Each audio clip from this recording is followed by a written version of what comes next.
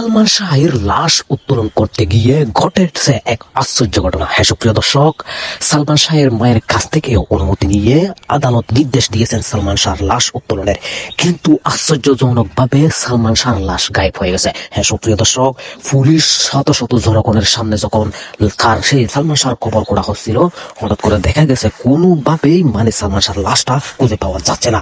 তবে কি ডন সামিরা এই ময়নাতদন্ত করা হবে বলে সেজন্য আগে থেকে তার লাশটি সরিয়ে রেখেছে? হ্যাঁ সুপ্রিয় দর্শক, এমনটিও তো ঘটাতে পারে। সুপ্রিয় দর্শক, দেখা গেছে কোনোভাবেই তার লাশটি খুঁজে পাওয়া যাচ্ছে না। তবে কি এবার কিভাবে তারা প্রশাসন প্রমাণ করবে যে সেই সালমান শাহ আত্মহত্যা করেনি, সেইটা হয়েছিল একটি হত্যাকাণ্ড? সুপ্রিয় দর্শক, বিস্তারিত ভিডিও দেখতে থাকুন। দর্শক দেখতে পাচ্ছেন সালমান শাহর কবর খুঁড়ে তাকে পাওয়া যায় নাই, এই নিয়ে উত্তেজনা তৈরি হয়েছে। কবর থেকে তোলা হলো সালমান শাহর মরদেহ। সকালে আদালতের নির্দেশে এদিকে আজ সালমান শাহর কবর খুঁড়ে সালমান শাহকে পাওয়া যায়নি, এই নিয়ে সারা দেশেই উত্তেজনা তৈরি হয়েছে। অনেক মাস্টার মাইন্ডের নাম প্রকাশ হয়, সরকার এই মামলায় জড়িত আছে, এটা সবাই বলছে। আপনারা জানেন যে দীর্ঘদিন অপেক্ষার পরে নায়ক সালমান শাহর যে রায়, যে ঘোষণাটি করা হয়েছে, যে ত্রিবেদী তদন্ত প্রতিবেদন হয়েছে, সেই তদন্ত প্রতিবেদনে আমরা একটু কথা বলার চেষ্টা করছি। দীর্ঘ 30 বছর পর কবর থেকে উঠানো হলো সালমান শাহর মরদেহ। ফের ময়নাতদন্তের জন্য এমনই আদেশ দিয়েছে আদালত। ধারণা করা হচ্ছে 30 বছরও অক্ষত রয়েছে সালমান শাহর লাশ। অন্যদিকে জুমার পর সালমান শাহর কবর থেকে পাওয়া গেল ভয়ানক সব আলামত। এখনও অনেক যাদের বয়স হয়ে গেছে তারা এখনও সালমানের কথা আমাকে ফোন করেও জিজ্ঞেস করে, হ্যাঁ অনেক কথা বলে। গতকালকে রাতে, আজকে ইন্টারভিউ দিচ্ছি, গতকাল রাতেও একজন ফোন করছে।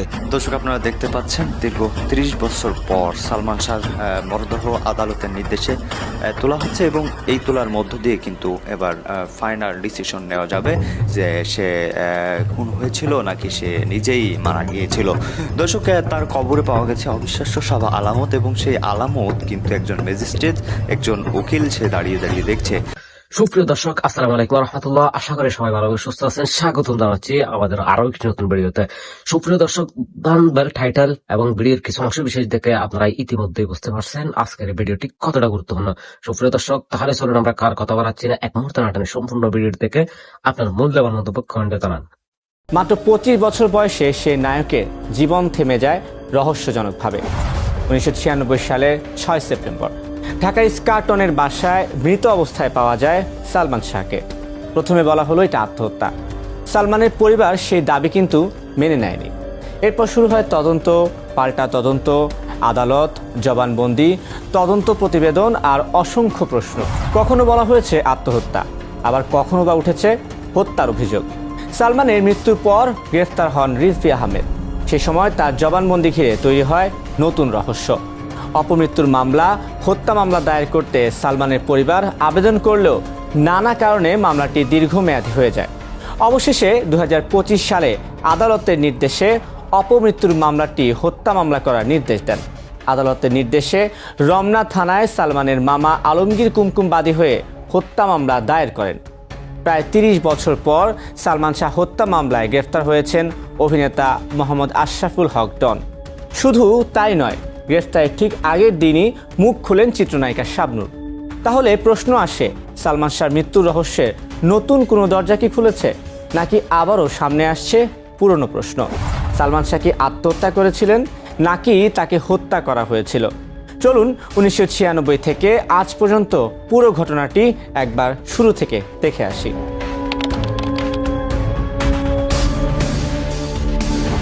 সেপ্টেম্বরের সেই সকাল, ঢাকা স্কারটনের বাসায় পাওয়া যায় সালমান শাহর মরদেহ। তার মৃত্যু প্রথমে নথিভুক্ত হয় অস্বাভাবিক মৃত্যু বা ইউডি মামলা হিসেবে। পরিবারের পক্ষ থেকে প্রথমে মামলা করেছিলেন তার বাবা কমরউদ্দিন আহমেদ চৌধুরী, কিন্তু খুব দ্রুতই প্রশ্ন ওঠে, এটা কি সত্যি আত্মহত্যা, নাকি আত্মহত্যার মতো করে সাজানো কোনো ঘটনা? কারণ সালমান শাহ তখন ক্যারিয়ারের তুঙ্গে। মাত্র 25 বছর বয়সে তিনি হয়ে উঠেছিলেন বাংলাদেশে চলচ্চিত্রের সবচেয়ে জনপ্রিয় তারকাদের একজন। তার এমন মৃত্যু মেনে নিতে পারেনি তার পরিবার ও অসংখ্য ভক্ত। সালমান শাহর মৃত্যুর প্রায় 1 বছর পর 1997 সালের 24 জুলাই তার বাবা আদালতে আবেদন করেন ঘটনাটি আত্মহত্যা নয়, এটি হত্যাকাণ্ড হিসেবে তদন্ত করা হোক। আদালত তদন্তের জন্য মামলাটি সিআইডির কাছে পাঠায়। আর এখানেই সামনে আসে এই রহস্যের অন্যতম আলোচিত চরিত্র রিজভী আহমেদ ওরফে ফারহাদ। রিজভী একটি জবানবন্দিতে দাবি করেন সালমান শাহকে পরিকল্পিতভাবে হত্যা করা হয়েছিল। তার বক্তব্যে উঠে আসে কয়েকজনের নাম, উঠে আসে হত্যার পরিকল্পনা ও ঘটনাটিকে আত্মহত্যা হিসেবে দেখানোর অভিযোগও। কিন্তু এই জবানবন্দি পরে হয়ে ওঠে সবচেয়ে বিতর্কিত বিষয়গুলোর একটি, কারণ রিজভী পরবর্তীতে তার বক্তব্য পরিবর্তন করে ফেলেন।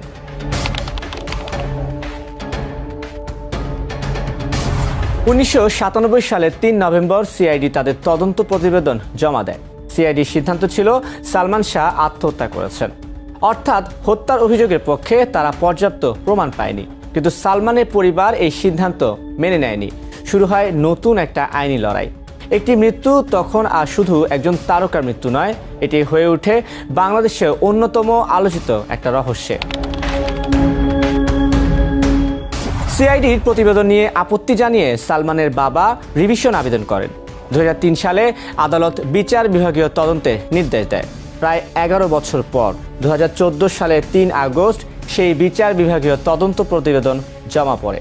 সেখানেও হত্যার প্রমাণ পাওয়া যায়নি, কিন্তু সালমানের পরিবার থেমে যায়নি। কারণ তাদের প্রশ্ন ছিল, যদি আত্মহত্যাই হয়ে থাকে তাহলে এত প্রশ্নের জন্ম হলো কেন? আর রিজভী সেই জবানবন্দির ব্যাখ্যাই বাকি।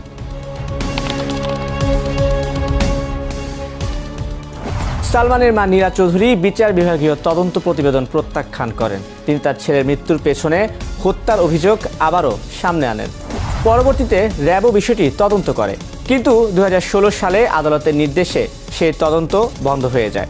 এরপর তদন্ত চলে যায় পুলিশ ব্যুরো অফ ইনভেস্টিগেশন বা পিবিআই এর হাতে।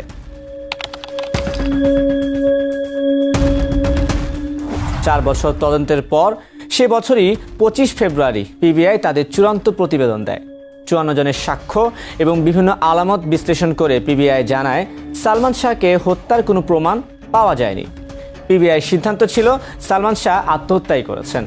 প্রতিবেদনে পারিবারিক দ্বন্দ্ব, মানসিক চাপ, বৈবাহিক সমস্যা এবং চিত্রনায়িকা শাবনূরের সঙ্গে তার সম্পর্ককে আলোচনায় আনা হয়। কিন্তু এখানেই আরেকটা গুরুত্বপূর্ণ বিষয় রয়েছে।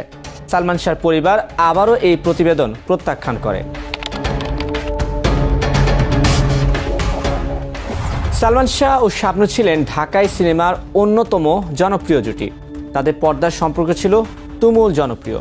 কিন্তু সালমানের মৃত্যুর পর থেকে তাদের ব্যক্তিগত সম্পর্ক নিয়ে নানা আলোচনা শুরু হয়। পিবিআই এর তদন্তে তাদের সম্পর্ককেও সালমানের পারিবারিক ও মানসিক চাপের একটা কারণ হিসেবে উল্লেখ করা হয়। এই কারণে বছরের পর বছর ধরে সালমানের মৃত্যু নিয়ে আলোচনায় বারবার উঠে এসেছে শাবনূরের নাম। কিন্তু শাবনূর সালমান হত্যার সঙ্গে তার সম্পৃক্ততার অভিযোগ বরাবরই অস্বীকার করেছেন। আর এবার প্রায় 3 দশক পর আবারও তাকে সামনে নিয়ে আসে রিজভী আহমেদের বক্তব্য। 2021 সালের 31 অক্টোবর আদালত পিবিআই এর প্রতিবেদন গ্রহণ করে। আসামিদের অব্যাহতির আদেশও আসে। মনে হচ্ছিল হয়তো এবার শেষ হতে যাচ্ছে সালমান শাহ মৃত্যু রহস্যের আইনি অধ্যায়, কিন্তু না, সালমানের পরিবার আবারও আপিল করে বসে আদালতে। 2022 সালে পরিবারের রিভিশন আবেদন গ্রহণ করা হলেও দীর্ঘ সময় ধরে বিষয়টি ঝুলে থাকে। এরপর আসে 2025 সাল। 29 বছর পর 2025 সালে 20 অক্টোবর ঢাকার আদালত সালমান শাহ মৃত্যুর ঘটনাকে হত্যা মামলা হিসেবে তদন্তের নির্দেশ দেন। অর্থাৎ এতদিন যে মৃত্যু নিয়ে একাধিক তদন্তে আত্মহত্যার কথা বলা হয়েছিল, সালমান শাহ এর খুনিকে 72 ঘন্টার মধ্যেই ফাঁসির কাস্টে ঝোলাতে হবে, এমনটি অনুরোধ করে হুঁশিয়ারি করেছেন তারেক রহমানকে অভিনেতা ডিপজল। দর্শক দেখুন বিস্তারিত। ওই কেসটা আদৌ চলছে।